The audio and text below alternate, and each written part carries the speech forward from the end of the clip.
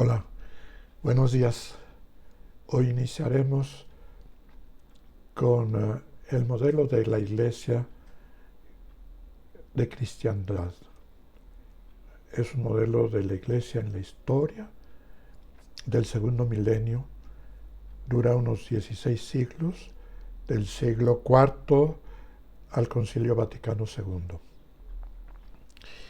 Nos vamos a concentrar, pues, en este periodo de la Iglesia que ya les he dicho, no es solamente un simple periodo, sino es algo que se va a ir eh, viviendo conjuntamente con el de comunión y con el del Vaticano II. Esta historia, pues, tiene un giro constantiniano. Con Teodosio se convierte en religión oficial del Estado y cambia mucho la constitución de una evolución eucarístico-sacramental a una sociedad perfecta. Lo que tienen ustedes ahí de fondo. Hay una basílica. Ya no estamos viviendo en las casas, ya no es una iglesia en el sentido doméstica, no solamente porque se da en un lugar físico de una casa, sino implica la familia, las familias, los esclavos. Es una comunidad de relaciones. A veces nos es difícil entender lo que es realmente una iglesia doméstica, porque actualmente lo doméstico es hasta un departamento. Y en aquel tiempo era, podríamos decir, prácticamente un barrio, donde se reunían quizá en casas de gente que tenía dinero, pero que podía acoger a muchos grupos humanos, muchas familias, diríamos hoy. Hay pues un giro con Constantino, que él comienza a reconocer a la Iglesia ya no como un ente a perseguir, sino algo que puede dar unidad al Estado, alguien que puede ayudar a recuperar Roma. Aquí podemos ver que pasa de ser una iglesia masiva a una pasa de ser una iglesia doméstica a una iglesia masiva, pero con rango imperial. Ya va a ser señora y dominadora. Pasa de ser secta, un pequeño grupo, a ser iglesia, algo más universal y más social y más de rasgos mucho más amplios. Por ser bautizado, entonces, empieza el bautizo de niños, puede ser ciudadano, como tenemos en México nuestra expresión ya. Ser guadalupano es ser mexicano es ser guadalupano. Hay una identidad social, no solamente una identidad eclesial. Y ya la gente se reúne en las basílicas. Basilea, ya al fondo de la basílica estaba el basileus, el que gobierna, el que tiene autoridad. Y ahí en ese fondo de la basílica empieza a sentarse el que preside a la comunidad, el obispo, los presbíteros. Y a los alrededores pues está la gran masa. Ya hasta empieza luego a ponerse una pequeña mesa, el comulgatorio, y empieza a haber una cierta separación entre el altar y el pueblo, entre los que presiden y el pueblo. A los lados de la basílica empieza a haber poco a poco el latín va cambiando, la gente empieza a tener sus propios idiomas y pues empieza a poner sus imágenes a los lados para poder atender sus devociones hasta terminar pues rezando el rosario en estas partes. Hay una contestación en ese tiempo también. No solamente es todo esa estructura, sino el monacato como forma de vida evangélica independiente del imperio. Es una ruptura con la sociedad.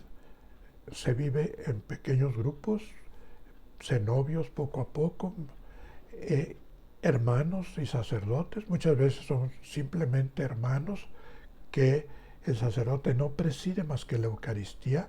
El abad es el que va presidiendo el monacato.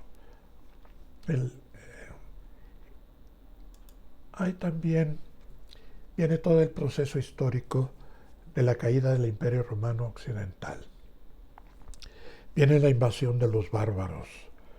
Estamos acostumbrados a considerar pues los bárbaros como aquellos que empezaron a entrar en el Imperio Romano a partir del siglo V hasta el siglo X. Los papas se encargan entonces de preservar la civilización romana, el latín, el canto, pero no solo eso, sino las estructuras sociales, la organización, el derecho. Hay una gran inculturación de la fe entre los pueblos germánicos, francos, en Hispania, y surgen las iglesias nacionales, étnicas, francos, germanos, les decía. Hay un gran espíritu misionero. Se empieza a misionar hacia Inglaterra, los grandes misioneros a fundar allá iglesias, a fundar allí iglesias con una inculturación muy propia. Y empiezan a aparecer ya también ciertas formas de gobierno más eclesiástico, los estados pontificios. Surge el papacesarismo. El papa corona al emperador. Papacesarismo. Después, a partir del siglo X, veremos un poco más con el feudalismo, se cambia, ya no es un papacesarismo, sino un cesaropapismo. El César está por encima o controla al papa.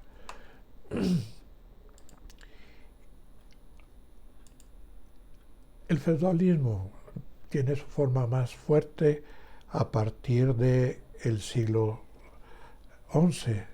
Los señores feudales amenazan la libertad de la iglesia. El señor feudal daba protección económica y militar a sus siervos. Hay una ceremonia de homenaje, de servidumbre, en que se jura la fidelidad al señor feudal, el feudo, el espacio físico también donde pueden trabajar los siervos, pero van a pagar impuestos, van a colaborar con el trabajo, van a recibir ayuda y consejo también. Aquí empieza fuertemente también una corrupción eclesial. San Ignacio luego va a pensar, las iglesias que nosotros tengamos podrán tener rentas, porque ¿quién pagaba esas rentas? Pues los señores feudales. San Ignacio piensa realmente en tener una mayor libertad por la pobreza, pero en ese tiempo, pues el señor feudal es el que nombra al párroco, al obispo. Hay compra y venta de cargos, se compra tal episcopado y con tales privilegios, y son los encargados de formar a la nobleza, y los emperadores empiezan a deponer los papas y a los obispos. Los nombran y los deponen también. Viene una corriente con la reforma del monasterio de Cluny, que empieza a tener su mayor independencia Y de allí hay un monje, el monje Gilberto, que es elegido como Papa Gregorio VII en contra de su propio consentimiento. El pueblo lo obliga y él viene a hacer una reforma muy fuerte, una reforma centralista. Es la solución que se le ocurre frente al poder de los señores feudales, pues centralizar mucho a la iglesia también desde el papado, desde el centro.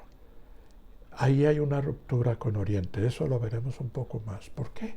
¿Por qué esta ruptura en este tiempo?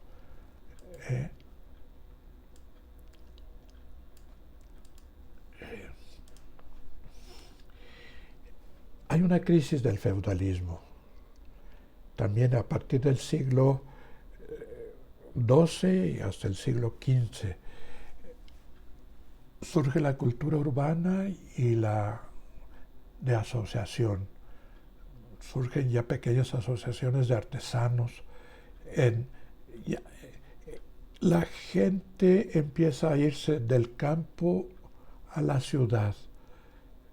En la ciudad pueden ser más libres, ya no están sometidos a la servidumbre del señor feudal.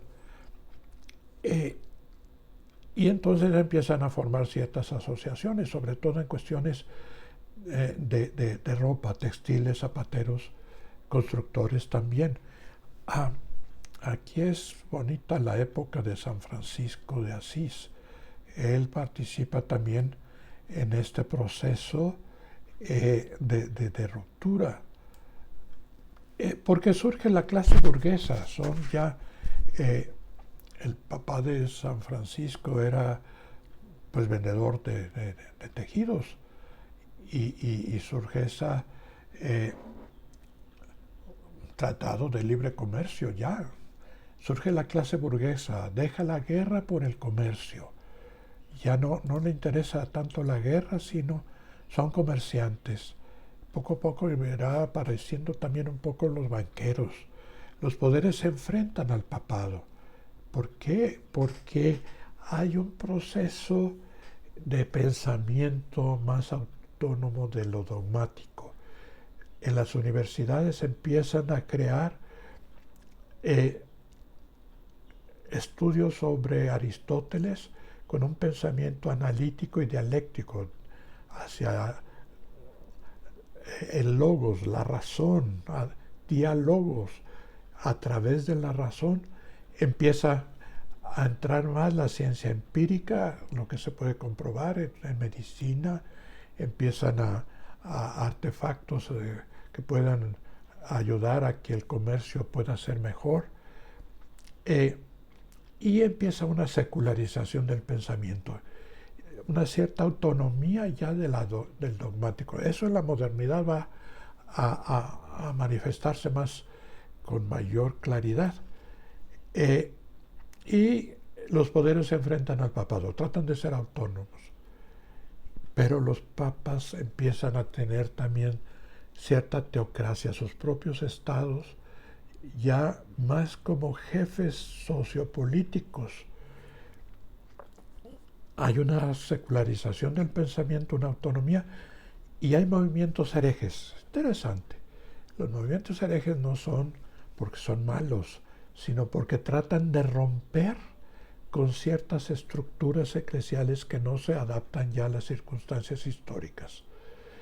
Hay movimientos laicales también, y surgen los mendicantes, les decía San Francisco, y también los dominicos. Ya viven de la caridad, de las ayudas del pueblo de Dios. Ya no están sometidos al señor feudal. Hay una crisis, pues, que es una transformación también. Y también la comunidad cristiana se transforma. Pasamos, pues, es demasiado esa separación es demasiado estricta, es nada más para comprender un poco más lo que va sucediendo. Pero de la iglesia como comunidad de creyentes, la iglesia es la comunidad de creyentes, en la iglesia modelo de comunión del primer milenio, hacia una iglesia que se comporta y que se estructura y que se denomina mismo, el cardenal lo va a nombrar como sociedad perfecta, como una sociedad política, así como existe el reino de Nápoles, el reino de Inglaterra, existe la iglesia como una sociedad bien organizada con todos el cardenal Bellarmino es el que va a definir así la iglesia como una sociedad perfecta. Se pasa de la asamblea eucarística, es la asamblea la que realiza la Eucaristía. Ahora el reino de Dios se empieza a considerar como un cuerpo bajo una cabeza, el Papa como vicario de Cristo. Se va pasando de vicario de Pedro a vicario de Cristo, y luego se empieza hasta a decir la teocracia papal, vicario de Dios, que está por encima de todo poder temporal y espiritual. Aquí lo tenemos un poquito más abajo, descrito este asunto en este punto.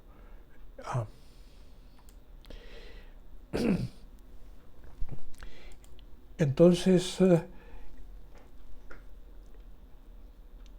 la Iglesia, la católica, la Iglesia universal, pasa a ser ya una sociedad perfecta, les digo. Ya empieza a perderse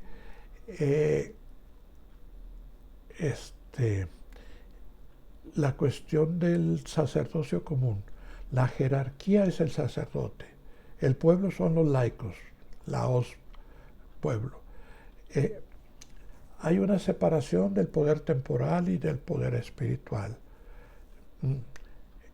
Pero se llega a decir la jerarquía, el Papa son la Iglesia. Estamos acostumbrados ya a denominar así también nosotros a la Iglesia. Dice la Iglesia cuando habla el Papa.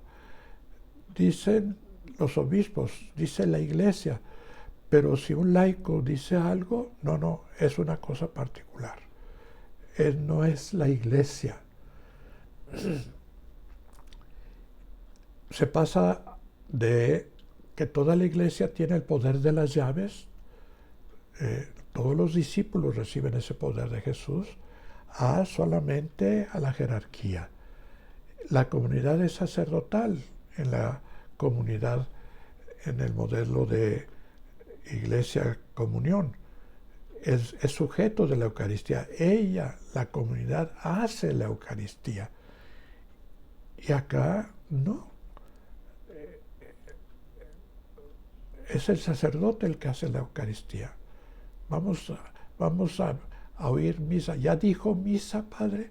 Ya no se dice, ¿ya dijimos misa? Los concilios regionales, expresión de la Iglesia comunitaria, en la Iglesia de Comunión, toma sus decisiones propias y consensuadas, asistido por el Espíritu Santo. Ahora no.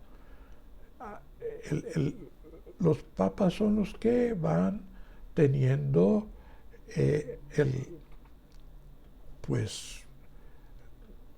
la autoridad suprema. Los movimientos laicales van surgiendo con una impronta comunitaria, con índole eclesial y política. Hay siempre una reacción, siempre no las cosas son blanco y negro. Hay una evolución del primado romano. Esto va siendo fuerte hasta el siglo, no solo VI, sino también hasta el Vaticano I.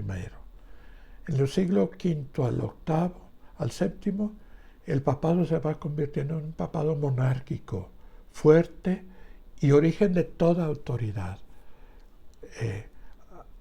En el mismo Vaticano II decía, el que da la autoridad a los obispos es el Papa.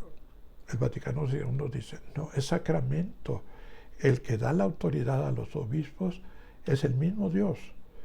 En el siglo IX al X, el emperador es el rector de la iglesia, el papa es vicario de Cristo y está sobre todo. Le digo, papa cesaropapismo a papa. En el siglo XI hay una concentración en la iglesia romana. Sobre todo hay una concepción muy jurídica. Lo romano es muy jurídico. Es un gran... Aún ahora el derecho civil tiene muchos términos latinos y una estructura romana. El poder es más jurídico que sacramental.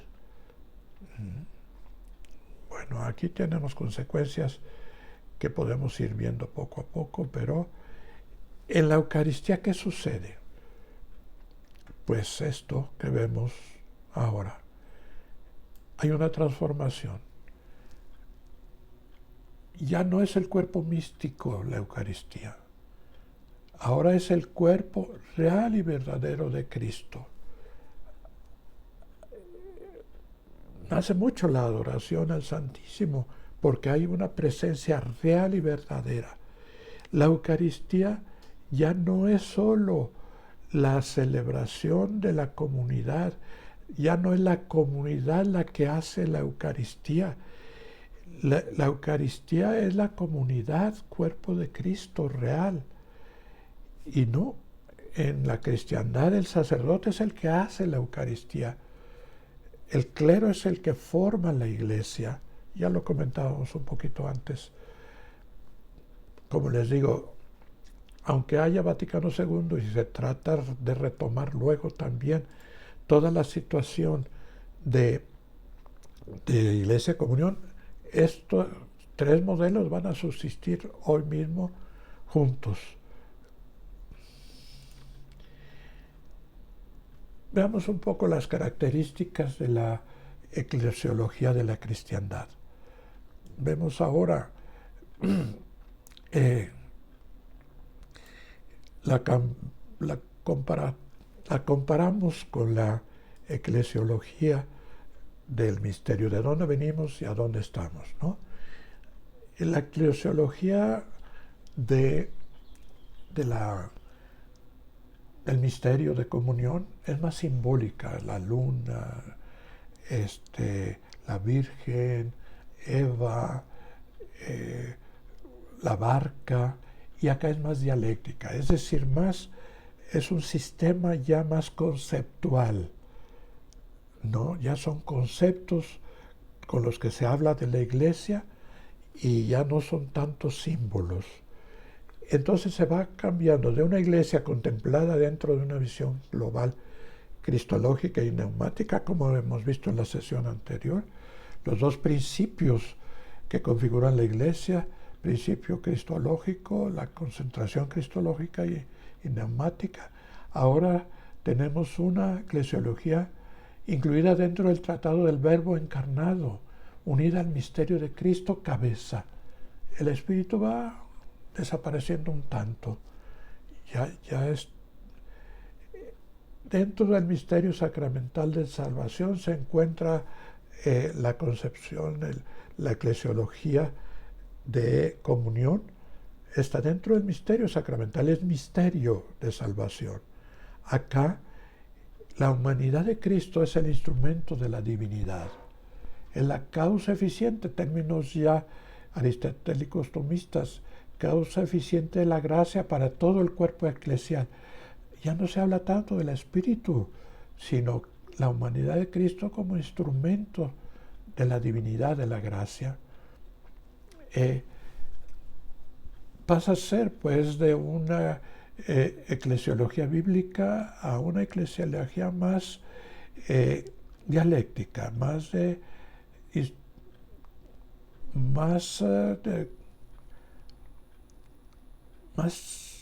¿cómo diría yo? Más centrada en los conceptos, en las ideas. Iván Rumnik, este jesuita pintor, va con una inspiración oriental, ortodoxa, y con los iconos va a insistir mucho en que nos hemos hemos cosificado demasiado la teología. La hemos convertido más en conceptos que en experiencia, que en símbolos, que en participación, que en acción del Espíritu. Más de una iglesia profética a una iglesia más centrada en los sacramentos, instrumentos de Cristo, y la iglesia en manos del sacerdocio. Pueblo profético, sacerdotal,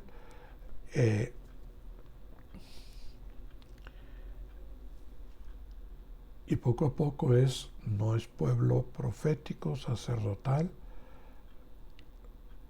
sino laicos. Bueno, ahondaremos un poco más. Entonces, Cristo es el mediador entre los hombres, entre la cabeza y el pueblo. Hay un cristocentrismo o una reducción de la eclesiología en su dimensión cristológica, olvidando al Espíritu.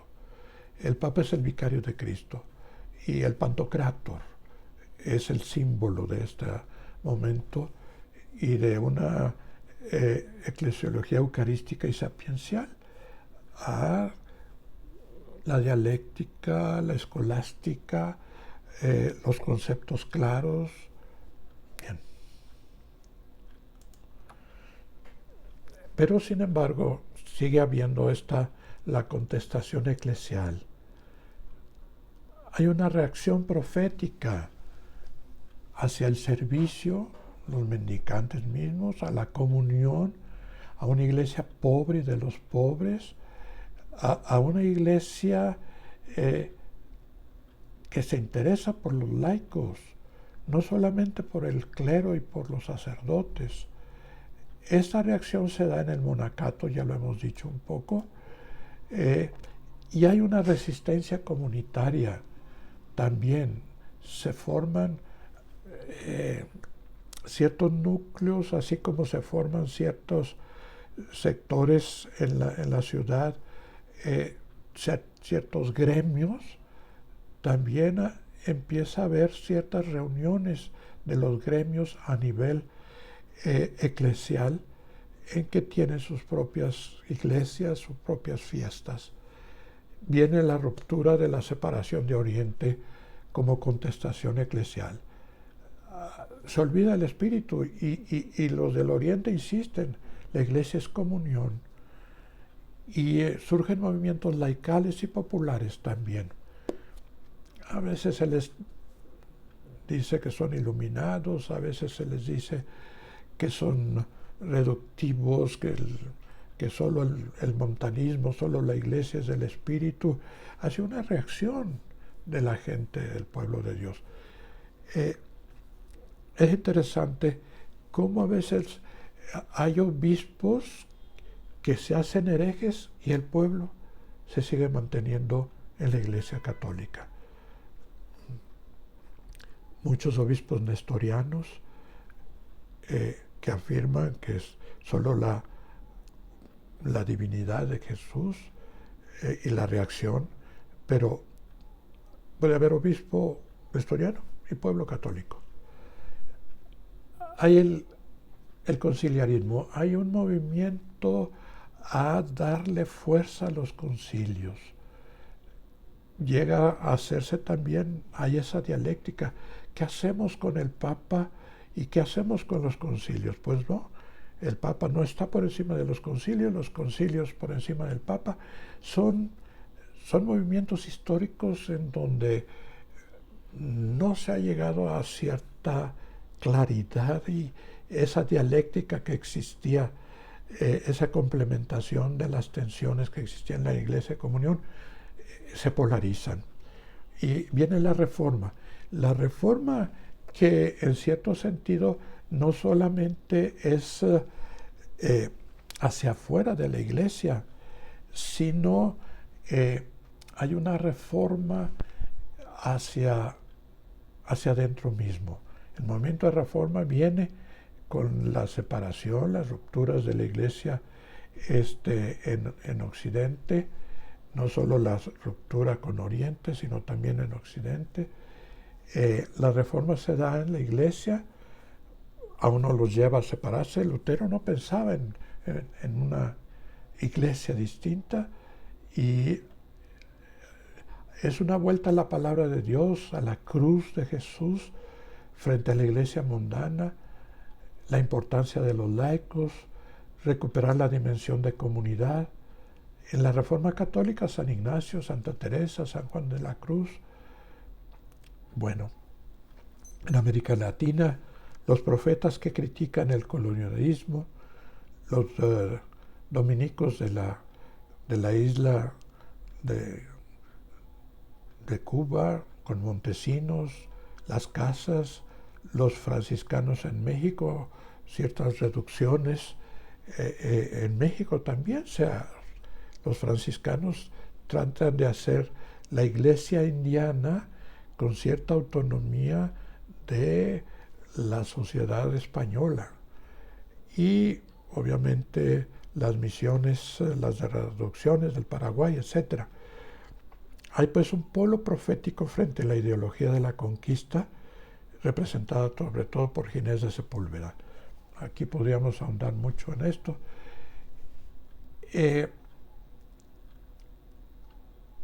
Los obispos y misioneros del siglo XVIII, defensores de la Iglesia en América Latina, y también se da una minoría teológica en el Vaticano I que postulaba una iglesia más comunitaria, más neumática, más trinitaria. Ahí están la línea de el cardenal Newman, los orientales, algunos teólogos y obispos franceses y alemanes. También surgen muchas congregaciones religiosas femeninas para la educación, para la salud, cubriendo necesidades sociales y eclesiales. Hay pues un proceso también de contestación general. Síntesis de los cambios. Ya decíamos de una iglesia, misterio de comunión, hacia la cristiandad. Las estructuras de comunión son fuertes, es una característica, como hemos visto en la iglesia, misterio de comunión, pero ahora se debilitan esas estructuras de comunión. Las iglesias locales que en el misterio de comunión tienen su identidad propia, va desapareciendo la iglesia local. Como alguien decía, papa grande, obispos chiquitos, en cierto sentido. Parece una broma, pero aparece más fuertemente el poder papal y desaparecen poco a poco también las iglesias locales presididas por el obispo con derecho propio. La recepción que hemos hablado antes, que era el modo ordinario de acoger las indicaciones de la autoridad por parte del pueblo, ese va desapareciendo. Como tal la recepción, el pueblo no tiene que ver. El Papa Francisco va a insistir más en esto. Y la comunidad participa en la elección de los obispos en el misterio de comunión. Ahora, la elección episcopal es desde el centro. Les decía, ya en el Vaticano II se discutía si era el Papa el que daba el poder a los obispos o era el Espíritu Santo. La comunidad participaba en la elección de los obispos. Ahora surgen también las ordenaciones absolutas que estaban prohibidas, es decir, nuncios, cardenales, obispos con ciertas funciones que no tienen comunidad, que no tienen iglesia a su cargo, iglesia local. Hay pues en la iglesia, misterio de comunión, hay una colegialidad episcopal. Se siente formando un cuerpo los obispos, desaparece la colegialidad episcopal.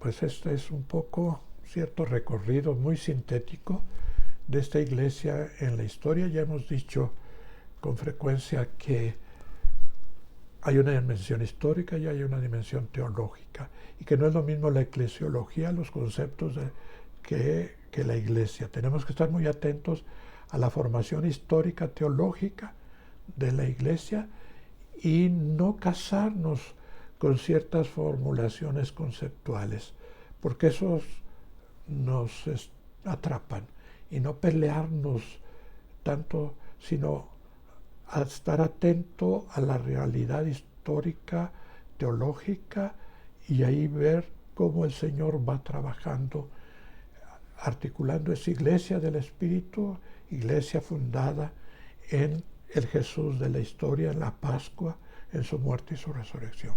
Pues hasta aquí, mis hermanos. Nos vemos en la siguiente sesión. Un abrazo.